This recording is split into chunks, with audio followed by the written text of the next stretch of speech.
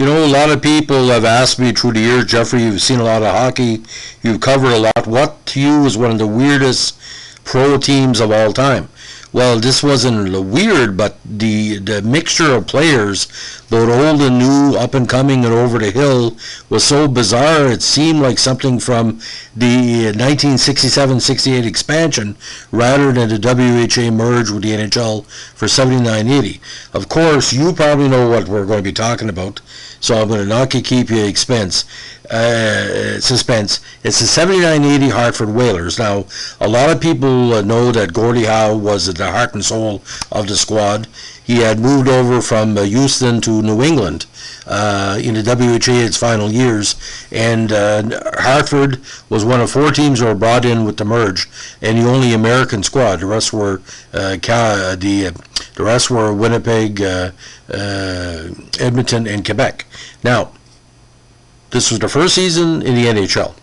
They were champions in the WHA under New England, but they had a bastion of veterans.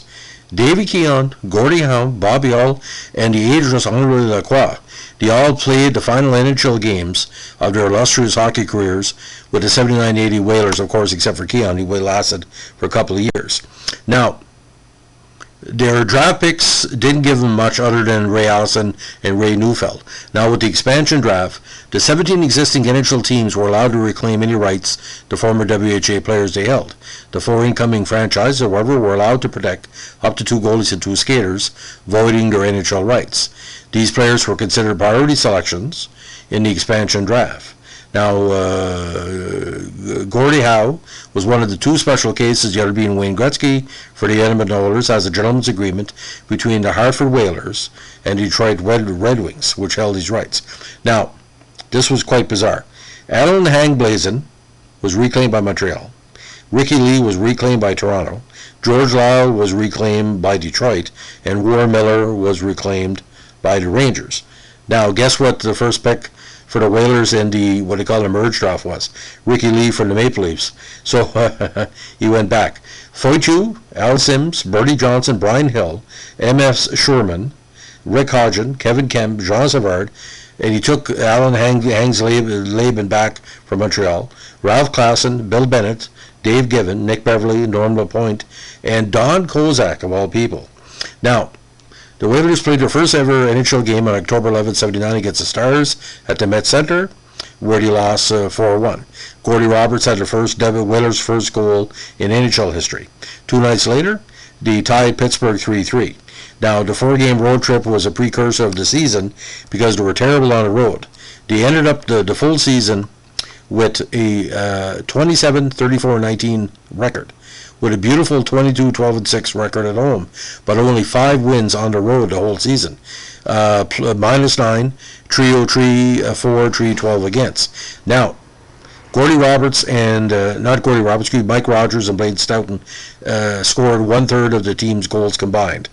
Now, they were playing at the time at the Springfield Civic Center, and Mark Howe led them with 2 goals as the Whalers defeated the Kings in front of 7,600 fans, and of course John Garrett, the great player, got the victory in net, saving 18.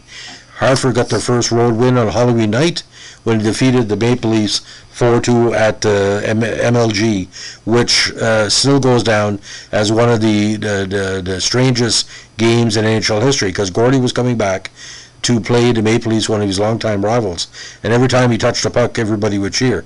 Toronto was pretty well had no chance in the game. Now, they went 2-4-4 in October. Now, they defeated the Maple Leafs second time in a row, 5-3, with Howe scoring 2 goals, then won a big 7-2 victory against Colorado the next night to get back to 500. Now, Al Smith also had a good month, getting his first shutout in Whalers history, as he defeated, of all people, the Oilers 4-0. Now, mostly the 500 mark for November. Then they had a big game against the Habs at the Forum on December 1st, a precursor to their playoff matchup against them. And at this time, they were 8-8-8. So if they really went to overtime in the modern era, they probably would have done well, because they had some good talent. Now, from then on, it was negative. They lost their next 5 games, including a 3-0 loss to the Oilers at Northlands. Now, they went 183 8-3 in 12 games in December, mainly because their overall record including losses on the road. At the time, they were 9-16-9. Now, they opened January, again, terrible record, 0-4-1, and from December 1st onward, they were 1-12-4. However, they started snapping those defeats with some tremendous records, tremendous wins. He went 6-6-1 in January with a 15-22 record for the season. Now they were last in the Norris, 5 points behind the Red Wings. Now, starting February, they lost to the Flames. Then they went on a 3-1-2 record at home with a big 5-3 win over the Islanders when Jordy Douglas, very underrated player, had 4 goals in their final game at the Springfield Civic Center. Now, on their new rink, the Hartford Civic Center, you had Mark Howe with 2 goals and 2 assists with a 7-3 win over the Kings in front of a big crowd, 14,448. Now, when he got back to Maple Leaf Gardens February 16, he lost 5-3 to Toronto, but he went on a 3-game winning streak and scoring a lot of goals.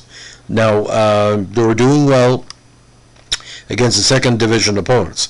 Now, the Whalers in February, again, was their best month. They went 7-5-2. Now, in March, the success continued, and there was a winning streak, but they did well to gain late points to get to the playoffs. The key one was a 9-2 victory over Quebec on April 4th. Now, they also had a big end of season 5-3 win in the last regular season game in front of the Civic Center fans, and Howe had another big counter. Now, they finished the season with 27-34-19 with a 4th-place record in the North Division, which earned them a playoff berth. Now, they were tied with Pittsburgh overall, but the Penguins had the tiebreaker with 30 wins, and they had only 1 point by the second-place Kings. The Whalers finished 10 points ahead of the last-place Detroit Red Wings. Now, what was strange here, if roles would have been in reverse, it would have been Montreal-Pittsburgh first round, and maybe Lafleur wouldn't have been crippled by Pat Boutet in the third period of Game 3, but it's neither here nor there. Now, when the WHA folded in 79, the Whalers joined the NHL, and the 51-year-old Howe signed on for a final season, playing in all 80 games of the schedule, helping his team make the playoffs with, I think, was a remarkable 15 goals. One particular honor was when Howe, Espo, and Jean Bertel were selected to the mid-season All-Star game by coach Scotty Bowman as a nod to their storied careers before he retired. Howe had played in 5 decades of All-Star games, and he was skated alongside the second youngest player to ever play in the game, his what he called protege, 19-year-old Wayne Gretzky. Now, if I'm not mistaken, I think he assisted on a goal year by Kluche. Anyway, he had 1 assist in the game and a big standing ovation from the Detroit crowd. So overall, again, they were tied for Pittsburgh for 3rd place, but Pittsburgh had the tiebreaker. Now, we're talking about the regular season, ladies and gentlemen. The 19 ties are a reflection of how they had the good defensive depth. Now, they had Bobby Hull, like I said, Lacroix, the three Howes, Keon, and, strong play. But let's put this in perspective. Mike Rogers had 105 points that season, Blaine Stoughton had 100. So they had 205 points on the team combined that scored a little bit over 300 goals. Now, Keon had a very good season with 62 points and 10 goals. Gordie Howe had 41 points, including 15 goals. And Al Sims, a very, very underrated player, came over from Boston, 41 points in 76 games. But again, Jordy Douglas, 33 goals. So those 3 players, pretty well it. Now, Al Smith went 10-8-2, and Johnny Garrett went 16-24-11 with a good 3.98 average. Now, the Whalers opened the playoffs against the Habs, who were defending 4-time championships. Now, Montreal had a mediocre regular season, 47-20-13. With Dryden gone, it was Laurent Caron and 78 who were doing most of the duties. Now, for Game 1, Canadiens opened the scoring 5:50 in the game when Lambert got it past Smith to take a 1-0 lead. Then Brian Englund scored, and in the second, Montreal went ahead 3-0 as Chartrand scored, following a goal by Lafleur to make it 4-0 after 2. Now, Lambert then scored his second goal of the game midway through the third, making it 5-0. Then Steve Schott scored a power play goal of 13-15 in the third, making it 6-0 for the Habs. Now Mark Howe scored the first playoff goal for Hartford with 5 minutes left, spoiling the shutout when and Montreal took a 1-0 lead. Now, John Garrett was replaced in Game 2, and it was the Canadiens again who scored early, as Jarvis counted a marker 32nd in the game. Then Rajan Houle made it 2-0 at 1:20, and before the period over, Lambert, who had a great series, had his third of the set, making it 3-0. Gaston Gingras then made it 4-0. Ray Neufeld replied, with Marty and Gordy setting up the goal. Now, the Canadiens then got another goal by Gainey, and Gordy Roberts made it 5-2 midway through the period. Now, the rout continued from there. He scored 3 more goals, making it 8-2 after 2. Now, Marty Howe and Gordie Howe, an immensely accurate backhand from the sideboards, scored in the third, making it 8-4 and a 2-0 lead for the Habs. Now, when the series moved to the Hartford Civic Center for the third game, it marked the first playoff game in team history in front of almost 15,000 fans. Al Smith returned to the net, and Hartford opened the scoring when Pat Boutet had an unassisted shorthanded goal at 7-3 of the first, giving the Whalers the first lead of the series. Now Lafleur scored to make it 1-1, then Tom Rowe broke the tie, but then Lambert tied it again 2-2 with his fifth of the series. Now the two teams remained tied heading in the third. Rajan Houle scored early in the final frame, but Tom Rowe again replied for Hartford with his second goal of the game. Because neither team could score again, it sent the game in overtime. Now, Boutet had a hit on Lafleur, again put him out for the playoffs, maybe it cost him the cup, we don't know. But, like I said, I don't think Pittsburgh had the lineup or whoever he would have played, I forget the math. But, Boutet was a strong player. Wasn't a dirty hit, but it is what it is. Now, the extra period, Van Lambert scored his second of the game. He's 6 in 3 games, only 29 seconds in overtime. Now, they swept the series 3-0. Like, ironically, this was also the last game of Howe's career, and the 52-year-old retired after the season. The Whalers would return to the playoffs again until '86, when he played Montreal and came within an inch of winning the Stanley Cup that year because Montreal defeated Hartford in overtime on Lemieux from back of the net on a 1-in-a-million shot against Mike Lewitt. And a lot of people say if Hartford would have won, they probably would have won a cup that year. Now, the big pickups, of course, were Terry Richardson, the goalie, Pat Boutet from Toronto, Tom Rowe from Washington, and again, Bobby Hull wanted to return to end his career in the NHL, and the Winnipeg rights were picked up. Now, in the off-season, he signed Chuck Luxa from Cincinnati, of course, at WHA, he didn't come over, Greg Carroll from Detroit, and Larry Giroux from St. Louis. Now, a very interesting lineup, and I want you to listen to all these names here. Some up-and-coming players, some over the hill, and some veterans. Smith and Garrett in net, that was the 2 in the season. Defense, you had Ricky Lee, who was captain, Al Sims, Mark Howe, Ron Plum, Gordy Roberts, Alan Hang-Blazem, Marty Howe, Mark Renault, Chuck Luxa, who was also another former Hab, Larry Giroux, Rick Hodgins, and Stu Smith. Now on the wings, Ray Allison, Gordie Howe, Ray Neufeld, Jordy Douglas, Tommy Rowe, Tim Sheehy, Bill Bennett, Bobby Hull, Blaine Stoughton, Jeff Brubaker, Nick Foytu, Marner Sherman, Jim Warner, Steve Alley, Brian Hill, and Bob Stevenson. Now, what was ironic about here, and even the centers, they had a whole bunch of American players on their roster. Now, centers, of course, Henri Lacroix, Sean Savard, Mike Antonovich, Dave Keon, Dave DeBold, Mike Rogers, Bernie Johnson, Pat Boutet, Greg Carroll, with coach Dan Blackburn and GM Jack Kelly. Now, we look at the rough stats on the season. Again, Mark Howe had 24 counters, Boutet had 13. Again, Greg Carroll had 13, Ray Allison had 16, Dave DeBold had 12, and Foytu, probably one of his best offensive season. The enforcer had only 170 minutes in penalties in 74 games, but scored a big 10 goals. So the king of Staten Island had a really good season. Lacroix only played 29 games, getting 17 points in his last season.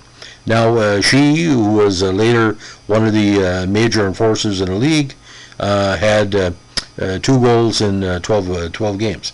Now,